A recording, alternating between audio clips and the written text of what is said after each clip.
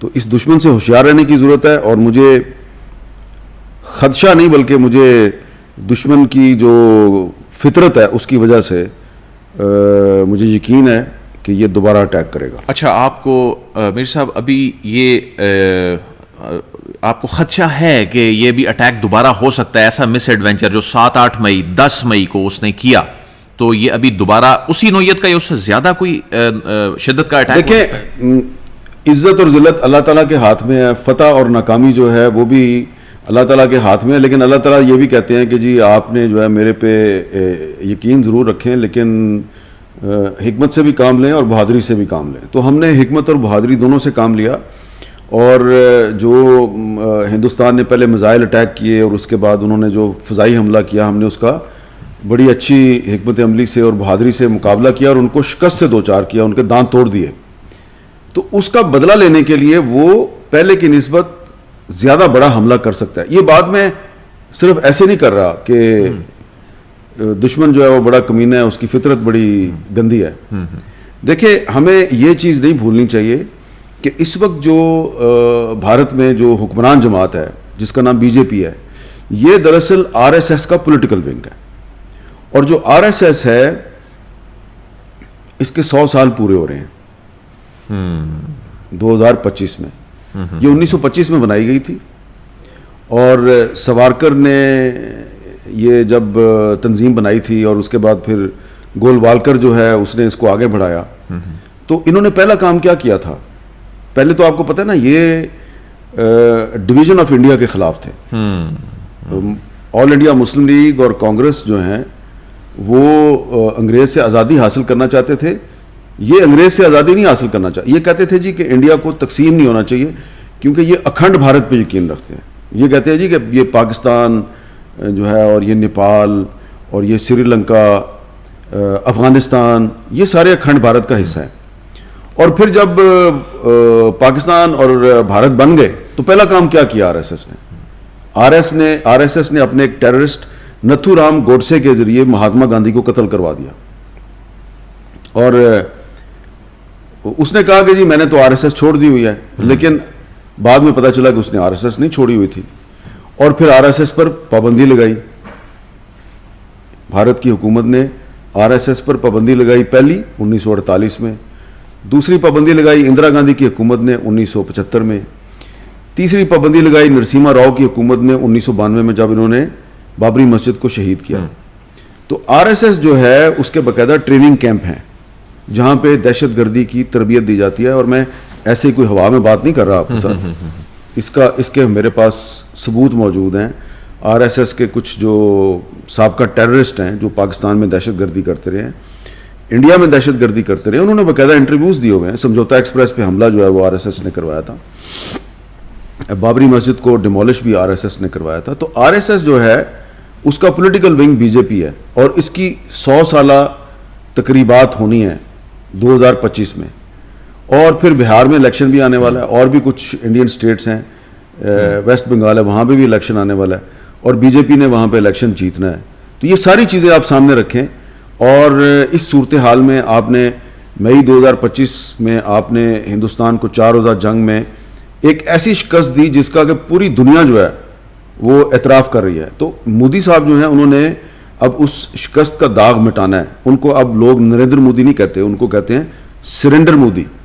تو سرنڈر مودی جو ہے اس نے شکست کا داغ مٹانا ہے. تو مجھے اس لیے لگتا ہے کہ وہ کوئی نہ کوئی ایڈونچر ضرور کرے گا, اور اس دفعہ اس کو پہلے سے زیادہ مار پڑے گی, لیکن پھر بھی ہمیں ہوشیار رہنا چاہیے. لیکن مودی تو شاید ابھی تیار نظر آ رہا تھا اٹیک کرنے کے لیے. اس نے 6-7 کی درمیانی شب جس طرح اٹیک کیا, ان کی فورسز تیار نظر نہیں آ رہی تھیں. ہماری فورسز جو ہیں انہوں نے, آپ نے بھی اس پہ کئی مرتبہ بات کی, 2019 کے بعد ہماری فورسز نے کس طرح ریسرچ کی اور کس طرح وہ سائبر ونگز جو ہیں وہ بنے جو ہیں وہ ایئر فورس کے اندر بھی.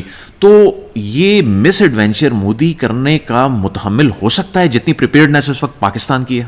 دیکھیں, ابھی 2025 میں جب پہلگام اٹیک ہوا تو اس کے بعد جب انڈیا نے موک ڈرل شروع کی تو انڈیا میں ایک نہیں بہت سے ڈیفنس ایکسپرٹ یہ کہہ رہے تھے, ان کی ایئر فورس کے سابق افسران یہ کہہ رہے تھے کہ ہماری air force Pakistan air force کا مقابلہ کرنے کے قابل نہیں ہے، ڈسپائٹ دا فیکٹ کہ ان کے پاس رافیل جہاز بھی تھے.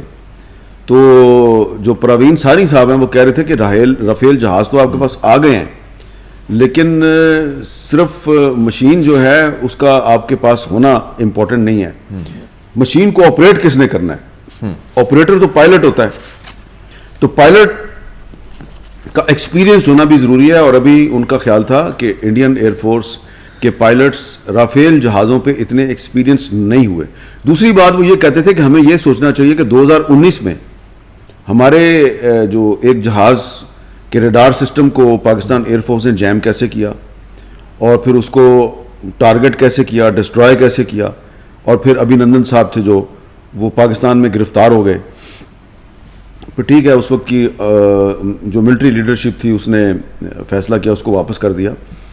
تو وہ کہہ رہے تھے کہ جی اس پہ ہم نے ریسرچ کرنی ہے کہ ان کے پاس اکوپمنٹ کدھر سے آیا جس کے ذریعے وہ ہمارا ریڈار سسٹم اور ریڈیو سسٹم جیم کر سکتے ہیں. دوسری طرف ہم کیا کر رہے تھے؟ ہم یہ کر رہے تھے کہ بھائی ہم نے MiG-21 کا تو ریڈار سسٹم اور ریڈیو سسٹم جیم کیا ہے، ہم رافیل جہاز کا کیسے کریں گے، کیسے جیم کریں گے؟ تو اس کے لیے ہم ریسرچ کر رہے تھے. تو جب یہ ظہیر بابر سدھو صاحب جب ایئر چیف بنے تو آپ کو پتا ہے کہ کب بنے تھے؟ جی بالکل. کب بنے تھے؟ 2021. کون تھا اس وقت پرائم منسٹر؟ اس وقت پرائم منسٹر عمران خان تھے. انہوں نے ان کا خود انٹرویو کیا تھا. عمران خان نے ظہیر بابر سدھو کا خود انٹرویو کیا تھا، اور ان کے علاوہ 2 اور لوگوں کا بھی انٹرویو کیا تھا. اچھا. تینوں کے انٹرویو کرنے کے بعد انہوں نے ظہیر بابر سدھو کو کہا کہ آپ ایئر چیف ہوں گے. کیا ریزن ہے؟ بھائی یہ عمران خان سے پوچھیں آپ جا کے ڈیلا جیل اگر آپ کو اجازت مل جائے ملاقات کی. لیکن عمران خان صاحب جو ہیں انہوں نے ان کو، میرا خیال ہے کہ اس لیے ان کو سلیکٹ کیا کہ ان کے خیالات تھے نا جو ظاہری بات ہے یہ کچھ سیاسی خیالات کی بات تو نہیں کر رہا. جی جی جی. باقی جو ان کے خیالات تھے ان کو لگا کہ یہ بڑا ایک ریلیجیس آدمی ہے اور اللہ پہ بڑا یقین ہے. ٹھیک ہے نا؟ تو جو لوگ ظہیر بابر سدھو صاحب کو جانتے ہیں ان کو پتہ ہے وہ اپنی بہت زیادہ نمود و نمائش نہیں کرتے، لیکن وہ یہ جنگ کے دنوں میں بھی ہاتھ میں تسبیح ہوتی تھی. تو عمران خان صاحب نے ان کو سلیکٹ کیا، اور پھر سلیکشن کے فوراً بعد سدھو صاحب جو ہیں انہوں نے کیا کام کیا کہ وہ دن رات لگ گئے اس کام پہ کہ ہم نے 2019 میں جو ابھینندن کے جہاز کا ریڈار سسٹم جیم کیا تھا تو وہ تو جہاز تھا رشین، تو اس کا تو ہم دوبارہ بھی جیم کر دیں گے. یہ رافیل جو ہے انڈیا لے رہا ہے اس کا ہم کیسے کریں گے؟ اور پھر انہوں نے پاکستان ایئر فورس میں ایک سائبر کمانڈ سسٹم متعارف کروایا، پھر انہوں نے اسپیس کمانڈ سسٹم متعارف کروایا، سائبر اینڈ اسپیس. اب دیکھیں کہ 2019 میں ہم نہ سائبر کے میدان میں ایکٹیو تھے نہ اسپیس کے میدان میں ایکٹیو تھے. تو اب یہ جو آپ نے انڈیا کے 3 مختلف اقسام کے جہاز جو ہیں ان کو گرایا اور پھر ان کا ایک ان مینڈ جہاز جو ہے اس کو بھی گرا دیا، اس کا کیا مطلب ہے؟ اس کا مطلب یہ ہے کہ آپ دنیا کی ہر قسم کی جو ٹیکنالوجی ہے اس سے لیس دشمن جو ہے اس کا مقابلہ کرنے کے قابل ہیں. یہاں پہ میں ایک بات بڑی ہی عاجزی کے ساتھ کہوں گا اور کسی کو میری بات بری نہ لگے، یہ بات میں ایک صحافی کی حیثیت سے کر رہا ہوں اور ایک ایسے پاکستانی کی حیثیت سے کر رہا ہوں جو یہ سمجھتا ہے کہ ہمیں اپنی آرمی، ایئر فورس اور نیوی کی جو صلاحیت ہے اس کو انڈرمائن نہیں کرنا چاہیے. بعد میں کیا کرنا چاہتا ہوں بڑی عاجزی کے ساتھ ہاتھ جوڑ کے، ہم نے جو مئی 2025 میں انڈیا کے خلاف کامیابی حاصل کی ہے، صحیح، یہ میڈ ان پاکستان کامیابی ہے، یہ میڈ ان چائنا کامیابی نہیں ہے. 100% میڈ ان پاکستان. یہ میں آپ سے جو بات کر رہا ہوں نا، مجھے زیادہ کرے دینا آپ، میں چیلنج کر کے یہ بات کر رہا ہوں، ٹھیک ہے، ہاتھ جوڑ کے بات کر رہا ہوں. چائنا جو ہے وہ پاکستان کا ایک آل ویدر فرینڈ ہے. ہماری اور چائنا کی دوستی جو ہے اس پہ ہمیں فخر ہے. یقیناً ہر مشکل وقت میں چائنا نے ہمارا ساتھ بھی دیا ہے. لیکن ہم نے جو رافیل جہاز گرائے ہیں یہ ہم نے اپنی صلاحیت سے گرائے ہیں. یقیناً اس میں کوئی انٹیلیجنس سسٹم جو ہے چائنا کا اس نے ہماری مدد کی ہوگی, صحیح, لیکن بھائی جو پائلٹ بیٹھے ہوئے تھے پاکستانی جہازوں میں وہ کون تھے؟ پاکستانی تھے نا. پاکستانی تھے. ان پائلٹس کو جو سائبر کمانڈ سسٹم اور اسپیس کمانڈ سسٹم سے جو ان کو معلومات مل رہی تھی, معلومات مل رہی تھی وہ کون دے رہا تھا؟ پاکستانی دے رہے تھے. ایک اور بات بھی بتا دوں جی, کہ اسپیس کے نظام میں آپ کو معلومات کس سے ملتی ہیں؟ سیٹلائٹ سے ملتی ہیں. وہ سیٹلائٹ بھی پاکستانی ہے. اچھا, چائنیز سیٹلائٹ نہیں ہے. یہ تو یقیناً آپ کو وہ سیٹلائٹ بنانے میں آپ کو چائنا نے تھوڑی بہت مدد کی ہوگی, اور ٹیکنالوجی جو ہے وہ آپ نے صرف چائنا سے تو نہیں لی ہوئی. تو جو ہم نے جو اپنا جو سسٹم بنایا ہے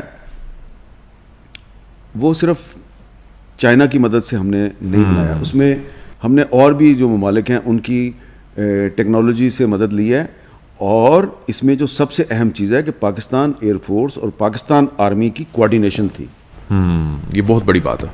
ایسی کوآرڈینیشن تھی کہ ادھر سے ایئر فورس کے پائلٹ جو ہیں وہ اپنے جہازوں سے انڈیا کے جہازوں کو ٹارگٹ کر رہے ہیں, ان کے ایئر بیسز پہ میزائل برسا رہے ہیں. دوسری طرف سے پاکستان آرمی جو ہے وہ اپنے میزائل سسٹم کے ذریعے کچھ اور ٹارگٹ جو ہیں ان کو ہٹ کر رہی ہے. وہاں سے پھر جہاز نہیں اڑے, اس کے بعد وہاں سے جہاز نہیں اڑے. تو یہ ایئر چیف ظہیر بابر سدھو اور ہمارے جو آرمی چیف تھے جو اب فیلڈ مارشل ہیں عاصم منیر صاحب, ان کی اور نیول چیف, یہ ان کی کوآرڈینیشن تھی. اور ظاہری بات ہے یہ سارا معاملہ جو ہے اس میں جو حکومت وقت ہے آپ اس کو تو اگر کریڈٹ نہ دیں تو پھر یہ تو بددیانتی ہے کہ یہ ساری ایک کوآرڈینیشن سے ہم کام کر رہے تھے. اور یہ جو میں نے بات کی ہے نا کہ یہ میڈ ان چائنا وکٹری ہے پاکستان کی, کچھ لوگ کہہ رہے ہیں کہ یہ میڈ ان چائنا وکٹری ہے, انڈیا کہہ رہا ہے یہ میڈ ان چائنا وکٹری ہے, کچھ ویسٹرن میڈیا کے اخبارات اور ٹی وی چینل کہہ رہے ہیں یہ میڈ ان چائنا وکٹری ہے. میں کہہ رہا ہوں نہیں, میڈ ان چائنا نہیں ہے, یہ میڈ ان پاکستان وکٹری ہے. ابھی نہ میں اس پوزیشن میں ہوں نہ ہی ہمارے ارباب اختیار اس پوزیشن میں ہے کہ اس معاملے پہ زیادہ بات کی ڈیٹیل سامنے رکھیں, کیونکہ ابھی ہمیں خدشہ ہے کہ دشمن جو ہے وہ تیاری پکڑ رہا ہے, دوبارہ بھی حملہ کر سکتا ہے. تو ابھی ہم ٹھیک ہے, دشمن اگر سمجھتا ہے کہ میڈ ان چائنا وکٹری ہے پاکستان کی تو اس غلط فہمی میں رہے. اگلی دفعہ جب وہ حملہ کرے گا تو کچھ نئے سرپرائز ملیں گے, اس کو میڈ ان پاکستان چیزیں نظر آئیں گی اور پوری دنیا کو نظر آئیں گی.